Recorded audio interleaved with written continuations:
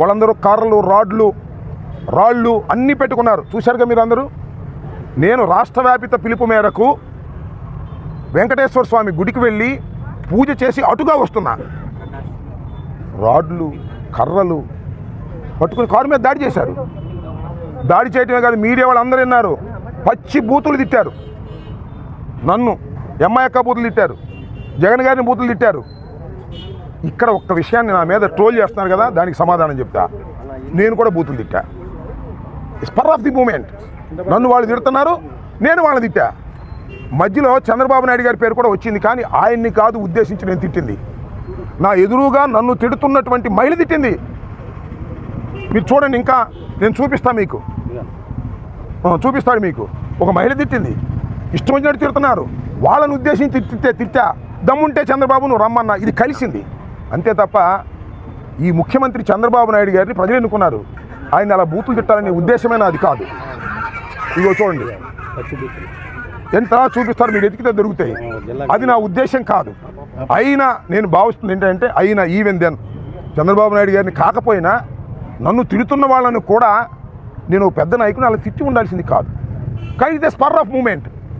నా మీద రాళ్ళు పడుతున్నాయి, నా మీద కర్రలు పడుతున్నాయి, నా డోర్ పగలదీస్తున్నారు, కొడుతున్నారు. దిగుదామంటే పోలీసులు అడ్డం వచ్చారు.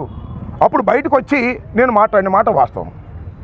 అది కూడా ఈ వయసులో ఇంత పెద్ద నాయకుడిగా ఉన్నవాడిని మాట్లాడుకోకుండా ఉండవలసింది నిజమే.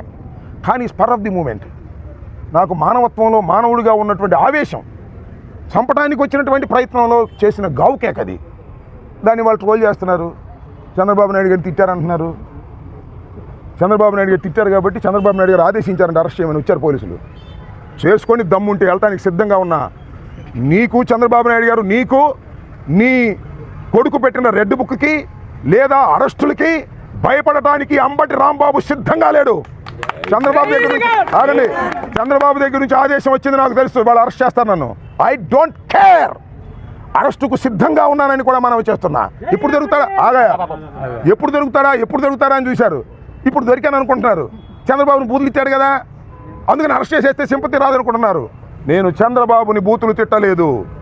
అలా అప్పుడు ఉన్నటువంటి పరిస్థితుల్లో నా మీద కొడతానికి వచ్చినప్పుడు, లేడీస్ తిడుతున్నప్పుడు, అక్కడ తెలుగుదేశం వాళ్ళు తిడుతున్నప్పుడు, పెద్ద పెద్ద రాడ్డులు పిచ్చుకు తిరుగుతున్నప్పుడు నేను అడుగుతా ఉన్నానే పోలీసులు, నేను తిట్టానని చంద్రబాబు నాయుడు గారు కేసు పెట్టమని అరెస్ట్ చేస్తా అన్నారు కదా, చేసుకోండి, నాకు అభ్యంతరం లేదు. కానీ అంతంత రాడ్లు పట్టుకొని, అంతంత కర్రలు పట్టుకొని తిరుగుతుంటే ఏం పోలీసులు ఆపగలిగారా? వాళ్ళ దగ్గర రాడ్డు తీసుకోగలిగారా? ఇందాక ఎవరో నా ఇంటికి వచ్చి ఒక ఆమె తిట్టిందంట, ఆపగలిగారా? ఇదేనా మీరు వన్ సైడెడ్గా చేస్తారా? అంటే మమ్మల్ని కొట్టడానికి వచ్చిన వాళ్ళకి రక్షణ కల్పిస్తారు. మమ్మల్ని తిట్టే వాళ్ళని మేము తిడితే దాన్ని వక్రీకరిస్తారు. నేను మనవి చేస్తున్నా, నేను చంద్రబాబు నాయుడు గారిని తిట్టవలసిన అవసరం నాకు లేదు. ఎప్పుడు తిట్లా, రాజకీయంగా విమర్శ చేస్తా. కానీ స్పర్ ఆఫ్ ది మూమెంట్లో ఆయన కాదు కూడా తిట్టింది. మరొకసారి చెప్తున్నా, నాకు మీద తిట్టిన వాళ్ళు చూడండి, ఒకసారి మీరు వీడియోస్ అని చూడండి. నన్ను ఈ రకంగా తిట్టారు. ఒక మహిళ వచ్చి తిట్టింది, ఇష్టం వచ్చినట్టుగా తిట్టింది. ఆ తిట్టి క్షణంలో వాళ్ళు తిట్టే ప్రయత్నం చేసే మధ్యలో చంద్రబాబు పార్టీ కూడా వస్తుంది సహజంగా. దాన్ని ఏందయ్యా నాకు అర్థం కాలేదు. చంద్రబాబు నాయుడు గారిని తిట్టేశానంట. చంద్రబాబు నాయుడు గారు లోకేష్ గారు కలిసి రాంబాబు గారిని వాళ్ళు అరెస్ట్ చేయాల్సిందే అన్నారంట. చేసుకోండి, సిద్ధంగా ఉన్నాను. ఇప్పుడే కాదు, ఎప్పటి నుంచో సిద్ధంగా ఉన్నా. చెప్పా నేను, నీ రెడ్ బుక్ నా కుక్క కూడా లెక్క చేయదని చెప్పా. నువ్వు అరెస్ట్ చేస్తే అరెస్టుకు సిద్ధంగా ఉన్న, బెయిల్ కూడా వెళ్ళని వాళ్ళు అరెస్ట్ చేస్తారని తెలుసు. నేను బెయిల్కి వెళ్ళను, పారిపోను, నా ఇంట్లోనే ఉంటా.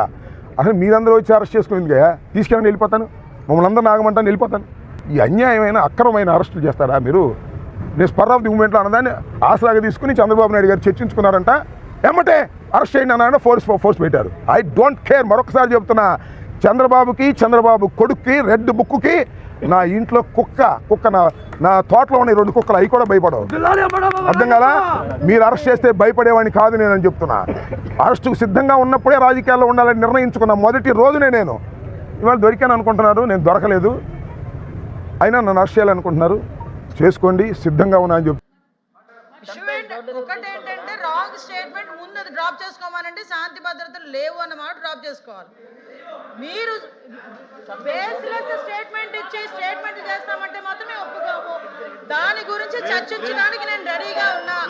శాంతి భద్రతల గురించి కానీ, క్రైమ్ గురించి కానీ, వాళ్ళ మీద ఎలిగేషన్స్ గురించి కానీ, దేని గురించి చర్చించడానికైనా as a home minister I'm ready.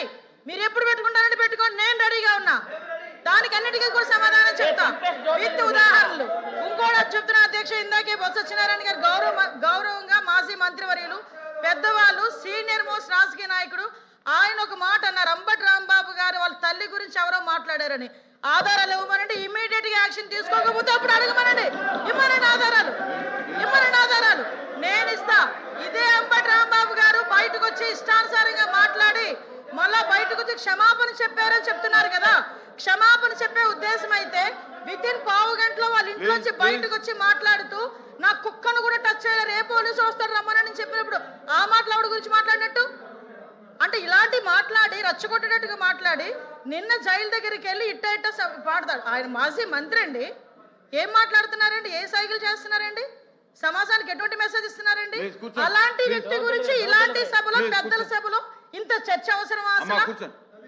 ఇంత అలాంటి వ్యక్తి గురించి అలాంటి అనకూడదు కానీ తల్లిని చెల్లిని కూడా మాట్లాడే వాళ్ళ గురించి ఈ రోజు ఈ సభలో, ఈ పెద్దల సభలో ఇంత చర్చ అవసరమా? అతని గురించి వెనకేసుకురావడం అవసరమా? అసలు మీకేమైనా అసలు సెన్స్ ఉందా అని అడుగుతున్నాను నేను. ఈ రోజు కనీసం ఆలోచన చేసుకోవాలి కదా.